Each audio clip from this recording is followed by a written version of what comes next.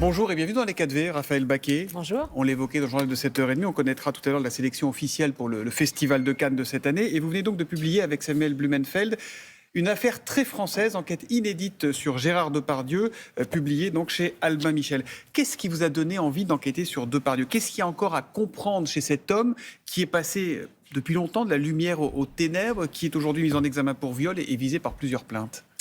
On voulait comprendre comment cet homme qui a habité nos mémoires, plusieurs générations, avec beaucoup de chefs-d'œuvre, comment est-ce qu'il s'était autodétruit d'une certaine façon, à la fois par ses comportements avec les femmes, mais pas seulement, par sa façon de frayer avec tous les dictateurs de la planète. Oui. C'était très étonnant qu'un homme qui symbolise autant notre culture française, et y compris par ses plus grands chefs-d'œuvre, s'abaisse de cette façon-là. Quand on enquête, Raphaël Baquet, c'est à charge et à décharge. Comment vous avez procédé pour ce livre? On a enquêté assez longtemps, à vrai dire. On a commencé pour Le Monde, puis après on en a fait un livre avec Il y avait Samuel une série Blumenfeld. l'été dernier dans Le Monde de papier. Exactement. Voilà.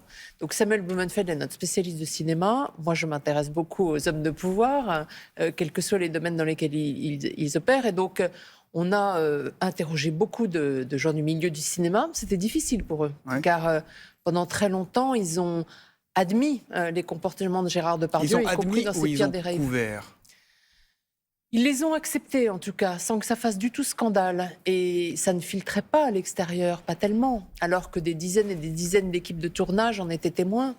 Donc ça nous a beaucoup intéressé de comprendre pourquoi on avait accepté autant de choses de Gérard Depardieu qu'on n'aurait pas accepté d'un autre. Et alors pourquoi? Parce que Depardieu, c'était l'icône, parce que c'était le boss, parce qu'il a eu des Césars, qu'il a été nommé aux Oscars, qu'il a eu une récompense à la Mostra de Venise, qu'il a eu une récompense à Cannes. Il était intouchable et puis il était bankable. C'est ça la raison pour laquelle Depardieu était intouchable ou pas? Il rapportait de l'argent? À la fois, il suscitait l'admiration et aussi, effectivement, il a porté sur ses épaules pendant des années l'industrie cinématographique française. Sur son seul nom, on pouvait monter des projets. Et pendant très longtemps, ça a été le cas. Puis il a tourné avec les plus grands metteurs en scène. Et jusqu'à l'orée des années 2000, il a eu ce pourvoir qu'aucun autre acteur, à vrai dire, de sa génération n'avait plus. Sauf qu'il s'est passé un épisode quand même au moment où il est peut-être sur le point d'avoir un Oscar aux États-Unis. On est en 91.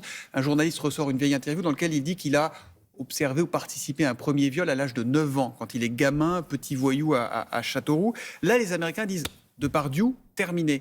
Et nous, ici, on dit rien. L'industrie du cinéma, ici, ne dit rien. Pourquoi? C'est même pas qu'on dit rien. On le défend, pardon. C'est qu'on l'a défendu. C'est qu'au contraire, tous les responsables politiques de l'époque, tous les acteurs de l'époque ont défendu Gérard Depardieu comme si on attaquait le pays tout entier.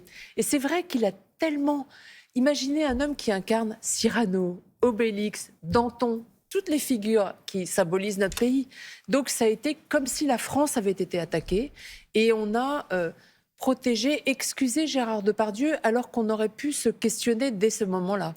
Est-ce que vous avez cherché à le joindre, à l'approcher lui directement pour ce livre? Oui, bien sûr, mais il ne le souhaite pas depuis que les scandales, surtout de ses agressions avec les femmes, sont connus.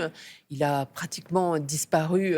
Est-ce que vous savez où il est? Est-ce que vous savez ce qu'il fait aujourd'hui? Est-ce qu'on le sait, Alors, il y a encore quelques semaines, il était à Paris, puisqu'on l'a vu sortir de chez lui.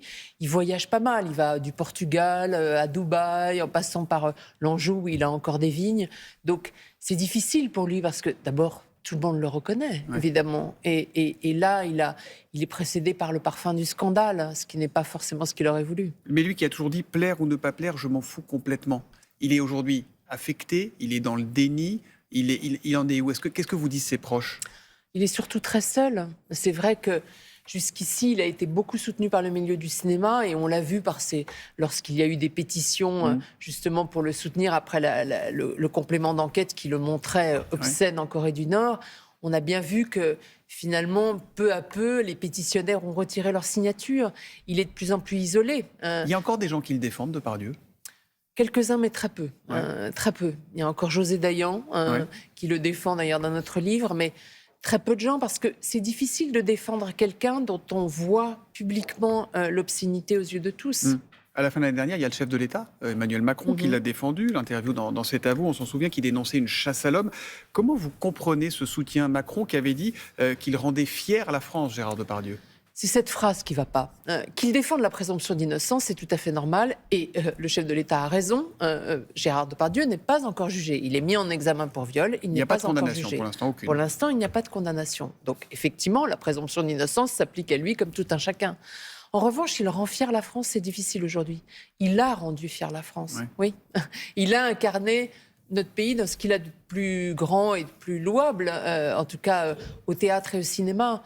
Mais en revanche, depuis quelques années, au contraire, il n'a cessé de s'autodétruire et même de dégrader ce qu'il était. Ils se parlent en fait, Emmanuel Macron et Gérard Depardieu, ils ont un lien particulier ou pas? Non, en fait, jusqu'ici, Gérard Depardieu avait toujours traité par le mépris les invitations d'Emmanuel Macron. Emmanuel Macron, il a fait du théâtre, il admire sincèrement Gérard Depardieu. Mais jusque-là, Depardieu l'avait traité par le mépris, bien qu'il ait toujours fréquenté les chefs d'État. Mais en revanche, lorsque Complément d'enquête est paru, là, il a téléphoné à Emmanuel Macron, comme il a d'ailleurs essayé de fédérer tous ceux qui pouvaient le défendre. Vous disiez, il évitait les chefs d'État, pas tous quand même. Il a pris la main de Fidel Castro, il a soutenu le dictateur Kadyrov en Tchétchénie. On sait qu'il est très proche de Poutine. Vous écrivez... parce qu'il y a un rapport à l'argent dans tout ça aussi. Vous écrivez « Un pauvre qui devient riche n'est pas un riche comme les autres. Gérard mène grand train, mais on dirait un paysan parvenu, il monnaie tout. » C'est le business, en fait, son moteur, c'est la recherche de la fortune? C'est les deux. Il a fait beaucoup d'affaires, effectivement, notamment dans toutes ces dictatures de l'Est et aussi à Cuba. Mais il aime aussi la fréquentation des grands, des figures phalliques, il faut bien le dire, des figures autoritaires. Et il a... toujours fréquenté ces dictateurs qui, eux, l'ont utilisé aussi pour leur communication personnelle. Il s'est fait beaucoup instrumentaliser, Depardieu. Totalement. Ouais. Il est à la fois naïf et vénal. Donc, effectivement, il a fait des affaires, mais il a aussi tourné des spots électoraux pour ces dictateurs. Votre livre s'appelle « Une affaire très française ». Pourquoi ce titre ?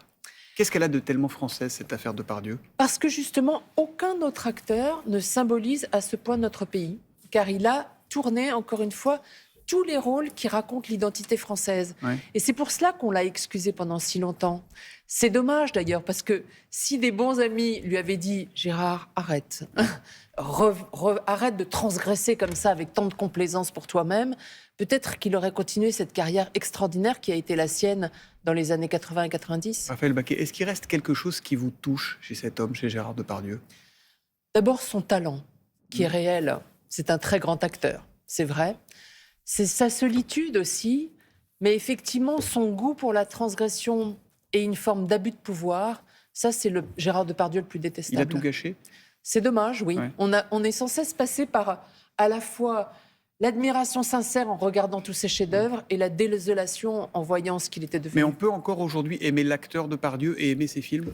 On peut aimer ses films, il faut les continuer à les voir ou il faut les mettre de côté ?